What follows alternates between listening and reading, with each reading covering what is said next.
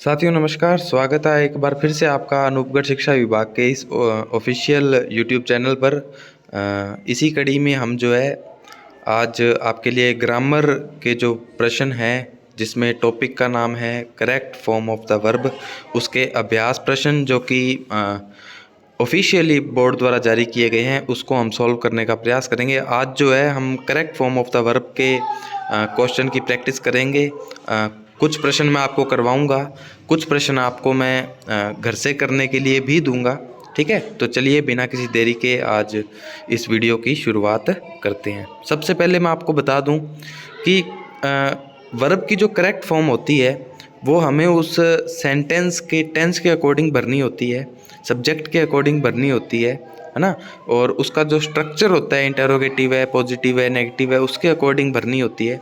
तो ये सब चीज़ें ध्यान में रखते हुए हमें ये प्रश्नों को हल करना है।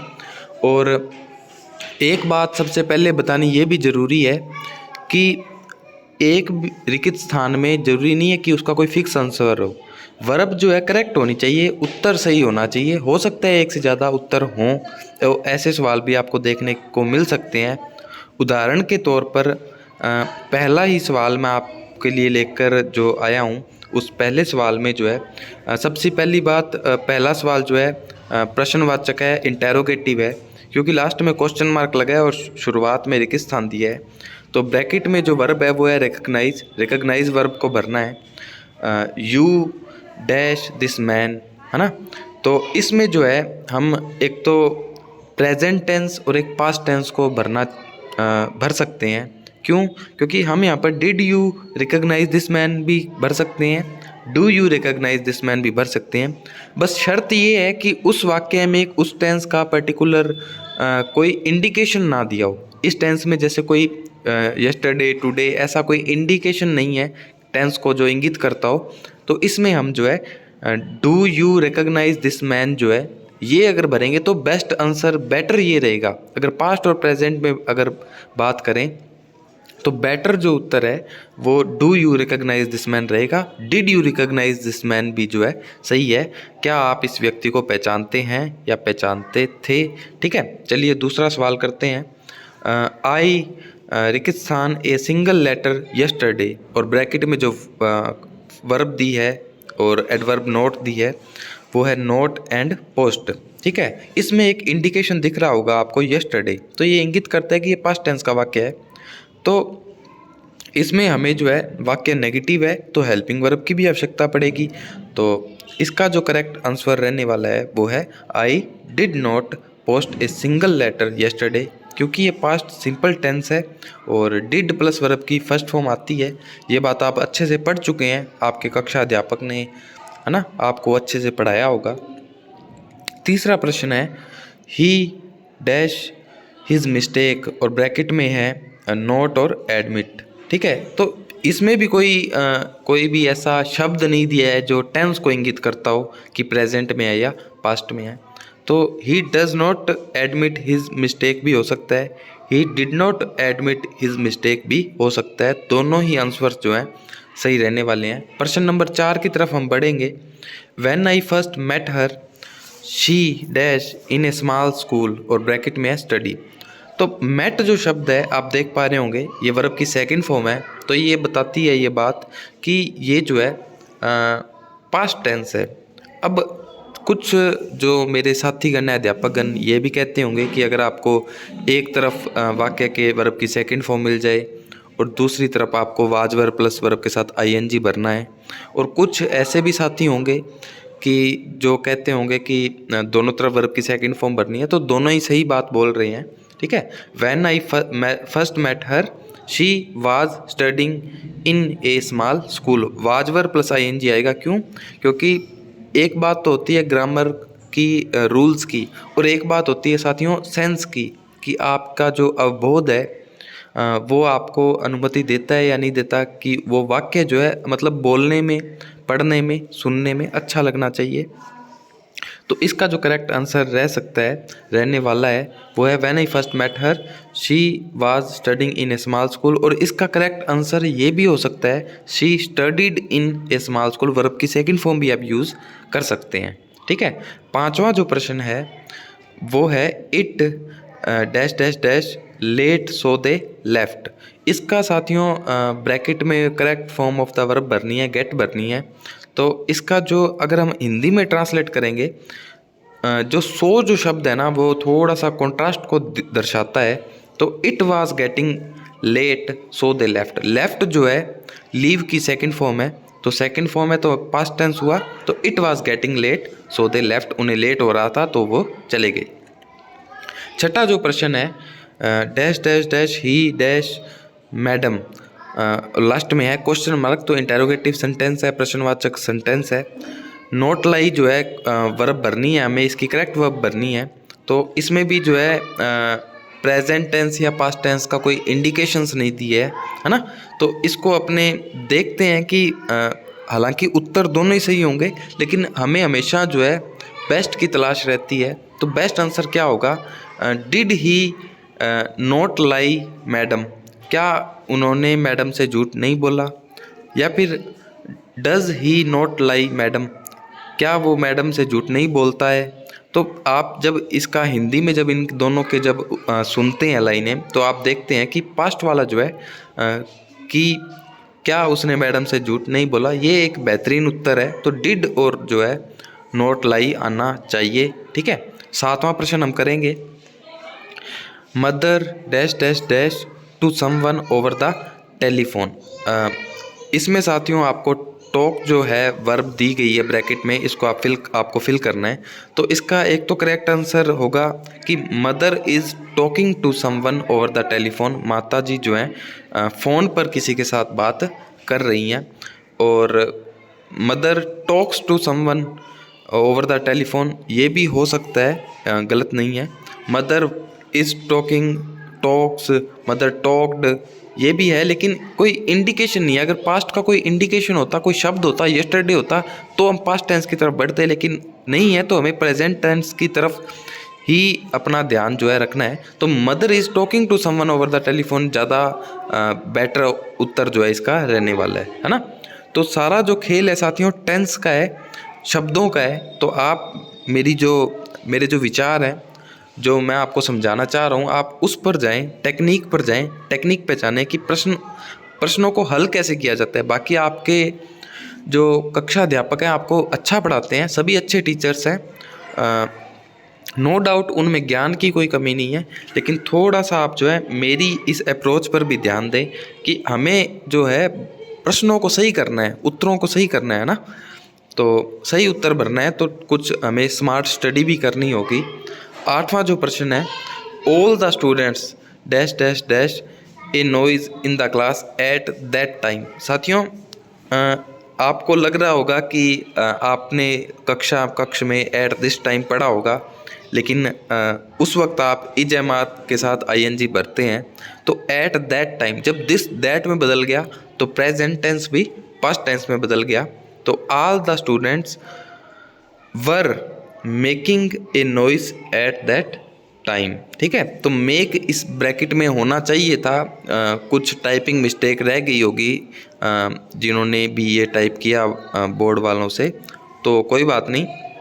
नॉइस जो शब्द है, मेक ए नॉइस जो है एक फिक्स फ्रेज़ है, तो मेक जो है इसके ब्रैकेट में होना चाहिए था। और are making a noise, were making a noise at that time इसका करेक्ट आंसर होगा। नौवां जो प्रश्न है, they dash dash dash to leave this company after the incident. तो ब्रैकेट में दिया है प्लान। ठीक है,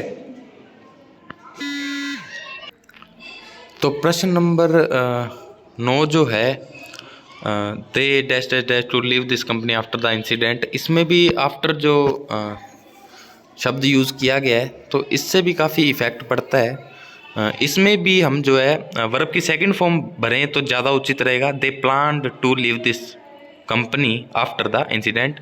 दुर्घटना के बाद या घटना के बाद उन्होंने जो है कंपनी छोड़ने का प्लान की, योजना की। ठीक है, प्रश्न नंबर 10 जो है, she dash dash dash to persuade me but failed. तो परसुएड जो है persuade me but failed, failed जो है पास्ट टेंस को इंगित करता है, तो बिल्कुल ट्राइड आएगा इसमें। She tried to persuade me but failed, ठीक है, वर्ब की सेकंड फॉर्म का प्रयोग किया जाएगा क्योंकि फेल्ड आया है ना। The boys said that they dash dash dash their work, लड़कों ने कहा कि वे जो हैं अपना काम कर रहे थे। एक्चुअली में क्या है कि ये डायरेक्ट इनडायरेक्ट से संबंधित सवाल है, तो यहाँ पर हम जो है correct form of the verb जो भरेंगे दे वर फिनिशिंग देयर वर्क भरेंगे, या हम जो है इसमें फिनिश्ड भी भर सकते हैं, है ना, और हैड फिनिश्ड भी भर सकते हैं।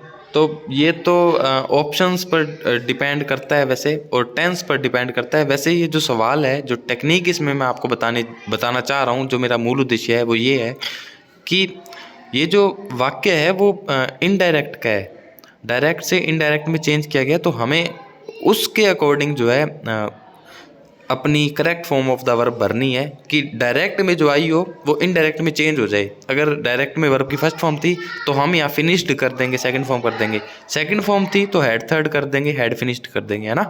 तो ये मेरा मूल भाव है बताने का। प्रश्न बिल्कुल ये आए ऐसा ज़रूरी नहीं है, लेकिन अगर हमने चीज़ों को समझ लिया तो हमारे लिए बहुत आसान हो जाएगा प्रश्नों को करना। और यही हमारा उद्देश्य है कि जिन बच्चों को जो अभ्यास की वजह से पिछड़ जाते हैं, है ना, खुद को कमज़ोर मानते हैं, तो अभ्यास बहुत अच्छी चीज़ है साथियों। Practice makes a man perfect. We dash dash dash the ground before the match started, तो इसमें जो है मैच स्टार्टेड आपको जो है एक तो वर्ब की सेकंड फॉर्म दे दी, पास्ट टेंस दे दिया, और ये तो एक सामान्य सा रूल है, आपने पढ़ा भी होगा। बिफोर आफ्टर आ जाए तो एक साइड हैड थर्ड और एक साइड सेकंड फॉर्म आती है। We had reached the ground before the match started, हम ग्राउंड में पहुंच चुके थे मैच स्टार्ट होने से पहले। 13वां प्रश्न जो है he dash dash dash on his clothes before the bell rang, तो ये भी कुछ वैसा सा ही सवाल है। इसमें भी जो है हेड थर्ड का प्रयोग किया जाएगा। पुट ऑन साथियों फ्रेजल वर्ब है जिसका मतलब कपड़े पहनना होता है, तो उसने जो है कपड़े नहीं पहने थे या वह कपड़े नहीं पहन चुका था घंटी बजने से पहले, ठीक है।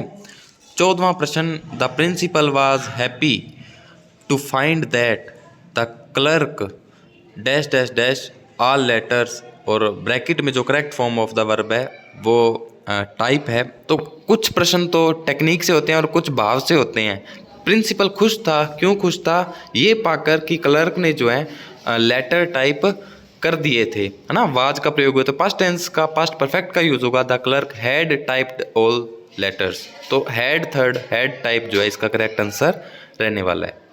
Water dash dash dash on heating, और ब्रैकेट में जो वर्ब दी गई है वो है इवेपोरेट, ठीक है। इवेपोरेट का मतलब होता है साथियों लिक्विड का जो तरल होता है उसका गैस में तब्दील होना, है ना, बदलना। तो वाटर पानी जो है गर्म करने पर भाप बनता है, ये तो एक यूनिवर्सल ट्रुथ है, सार्वभौमिक सत्य है। तो पानी जो है भाप बनता है, तो इवेपोरेट्स आएगा, एस लग जाएगा, वर्ब की फर्स्ट फॉर्म आएगी। यूनिवर्सल ट्रुथ में हमेशा वर्ब की फर्स्ट फॉर्म आती है, तो correct form of the verb evaporates होगी। Shantanu dash dash dash all the chocolates, ठीक है। तो इसमें साथियों थोड़ा सा जो है सेंस का सवाल है, एट आएगा वर्ब की second form. Shantanu at all the chocolates, कि उसने सारी चॉकलेट्स खा ली। अगर हम ये बोल रहे हैं कि शांतनु खाता है, ईट्स, तो ग्रामेटिकली सही हो सकता है, लेकिन इसका कोई सेंस नहीं बनेगा, क्योंकि वो रोज़ तो नहीं खाएगा ना सारी की सारी चॉकलेट, या रोज़ चॉकलेट खाना एक सारी चॉकलेट खा जाना एक सामान्य सी बात नहीं है। तो एट इसकी correct form of the verb होगी। If I dash dash dash you I would not repeated that mistake, ठीक है। कंडीशनल सेंटेंस का ये सवाल है, और बी एक ऐसी वर्ब है शायद जो मेरे छोटे छोटे प्यारे प्यारे नन्हे मुन्ने जो साथी हैं 10वीं 12वीं 8वीं के, वो इसके बारे में नहीं जानते होंगे, और जानते हैं तो बहुत अच्छी बात है। बी फॉर्म जो है इसका हिंदी में अगर मतलब बताएं तो होना होता है, और इसकी जो प्रेजेंट फॉर्म्स होती हैं, प्रेजेंट टेंस में इजेमार इसकी होती है फॉर्म्स, और वाज वर्ब पास्ट टेंस में होती हैं बी, बीइंग, है ना। और बीन जो कि पार्टिसिपल, ये सब जो फॉर्म्स हैं, तो अपने को उन चीज़ों पर नहीं जाना। तो हमें तो ये दिख रहा है कि पास्ट टेंस में वाक्य है, तो बी की जो